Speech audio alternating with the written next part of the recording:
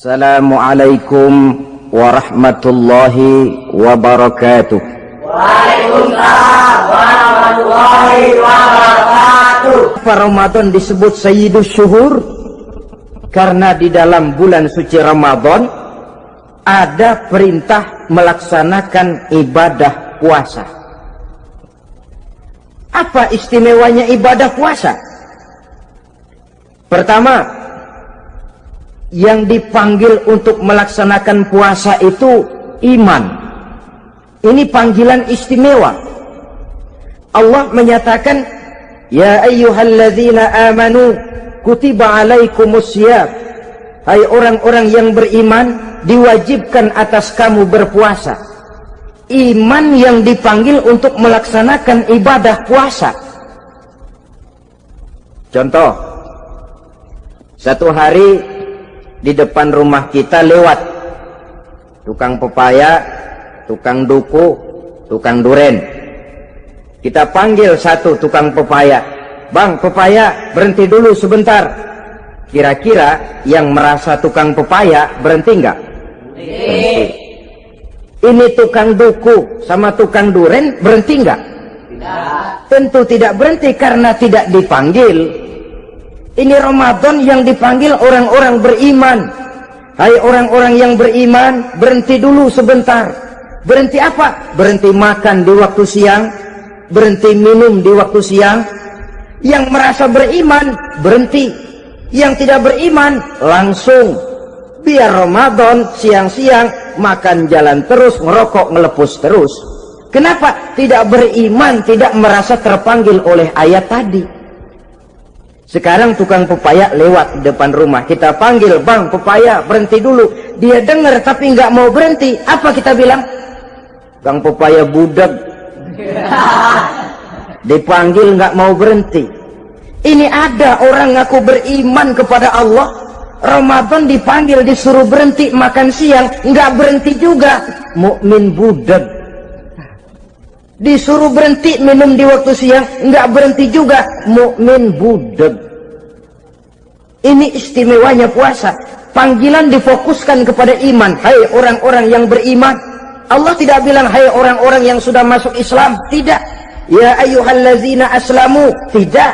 Ya ayyuhalladzina amanu yang dipanggil. Hai orang-orang yang beriman. Nilai nurani yang paling dalam itu yang dipanggil melaksanakan ibadah puasa. Lalu orang beriman yang bagaimana yang wajib puasa? Pertama, dia sudah balik. Yang kedua, berakal sehat. Yang ketiga, dia mampu berpuasa. Orang beriman macam ini balik, berakal sehat, mampu melaksanakan puasa. Kalau cukup syarat ini, dia wajib puasa. Kurang syarat, tidak wajib puasa. Jadi kalau di bulan Ramadan ada teman kita tidak puasa, jangan heran barangkali syaratnya kurang. Cukup dalam hati saja, ini orang kurang syarat, makanya nggak puasa. Pak, itu teman saya kok nggak puasa? Nggak puasa, nggak puasa. Dia bukan orang beriman kali ah. Orang yang tidak beriman itu tidak wajib puasa. Beriman kok Pak? Iman, tapi nggak puasa, nggak puasa. Belum balik kali ah, belum balik, cuma badan doang gede, bongsor kali itu, belum balik. Sudah kok Pak, sudah balik, sudah, tapi nggak puasa, enggak. Gila kali dia ah, gila kali, sebab orang yang tidak berakal itu tidak wajib puasa. Waras Pak, dia tidak gila, tidak. Barangkali dia tidak mampu melaksanakan puasa karena terkena uzur syar'i. Ini keistimewaan puasa yang pertama yang dipanggil melaksanakannya iman. Keistimewaan yang kedua, oleh karena yang dipanggil iman, maka puasa dinamakan ibadah sirriyah, ibadah rahasia. Kalau kita sembahyang, orang lihat kan? Lihat enggak? Lihat.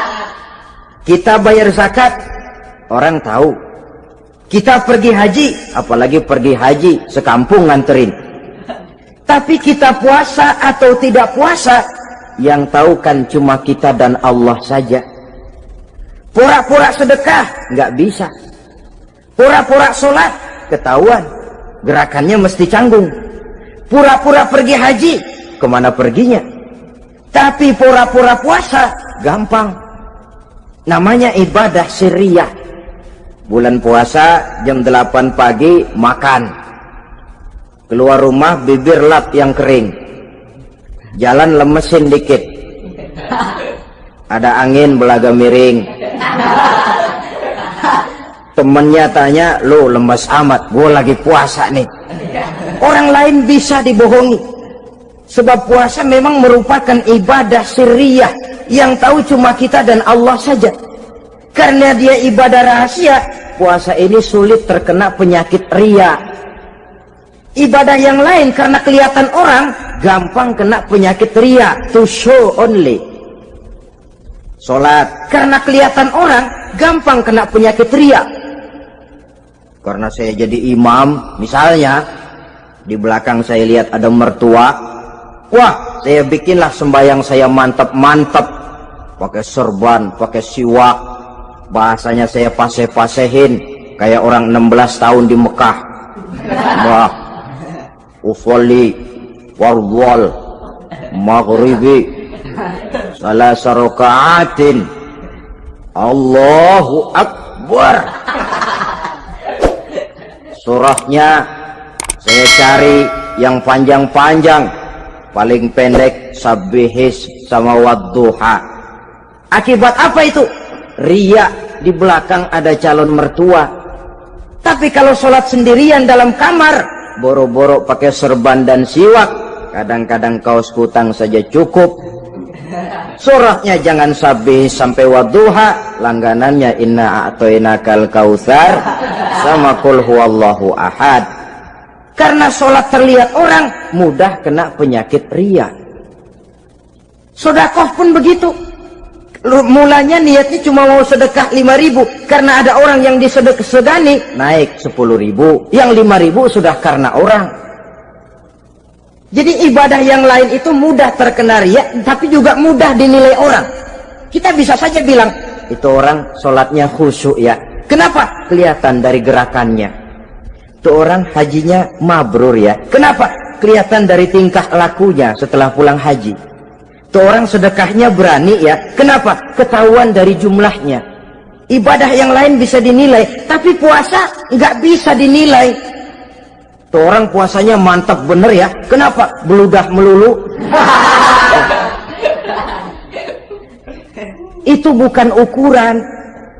Itulah sebabnya dia dinamakan ibadah sirriyah, ibadah yang abstrak, yang tahu cuma si pelaksana dan Allah saja. Ini keistimewaan puasa yang kedua. Yang ketiga, saudara-saudara, kalau ibadah-ibadah yang lain, ganjaran pahalanya itu dijelaskan oleh Allah. Sedekah kalau ikhlas pahalanya begini. Haji kalau mabrur pahalanya ini. Sembahyang berjamaah pahalanya ini. Untuk puasa tidak. Puasa Allah cuma bilang as-siyamu li wa ana ajzi bihi. Puasa adalah untukku, aku yang akan membalasnya. Berapa besar balasannya tidak dijelaskan oleh Allah. Apa artinya ini? Kalau saudara kerja, mandor bilang, sampean kerja sama saya, gaji 1 hari 5.000. Ketahuan kan, sehari 5.000. Kita bisa kong-kalingkong, ada mandor rajin, nggak ada mandor kendor. Pokoknya sehari 5.000.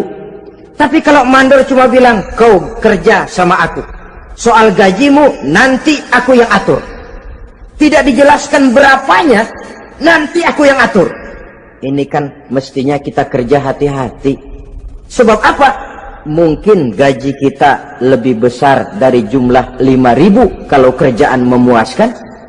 Mungkin tidak digaji sama sekali kalau kerjaan berantakan.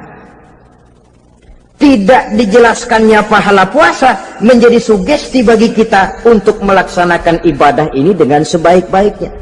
Mungkin gaji sangat besar, mungkin tidak digaji sama sekali. Sebab kata Nabi, kam min shaimin laisa lahu min siyamihi illal ju' wal 'atsh.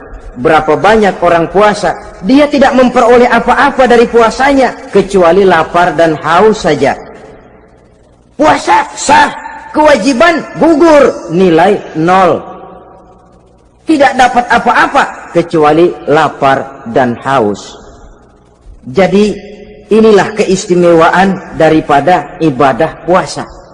Nah, inilah pembicaraan kita pada pertemuan kali ini, dengan harapan mudah-mudahan ibadah kita diterima Allah, kita keluar sebagai finalis yang pada akhirnya masuk ke dalam kelompok minal aidin wal faizin, orang yang kembali suci kepada fitrah dan orang yang beruntung. Dengan semangat inilah kita rayakan Idul Fitri, hari raya kembali kepada fitrah. Terima kasih banyak atas segala perhatian, mohon maaf atas segala kekurangan. Usikum wa nafsi bitaqwallah. Wassalamualaikum warahmatullahi wabarakatuh. Waalaikumsalam.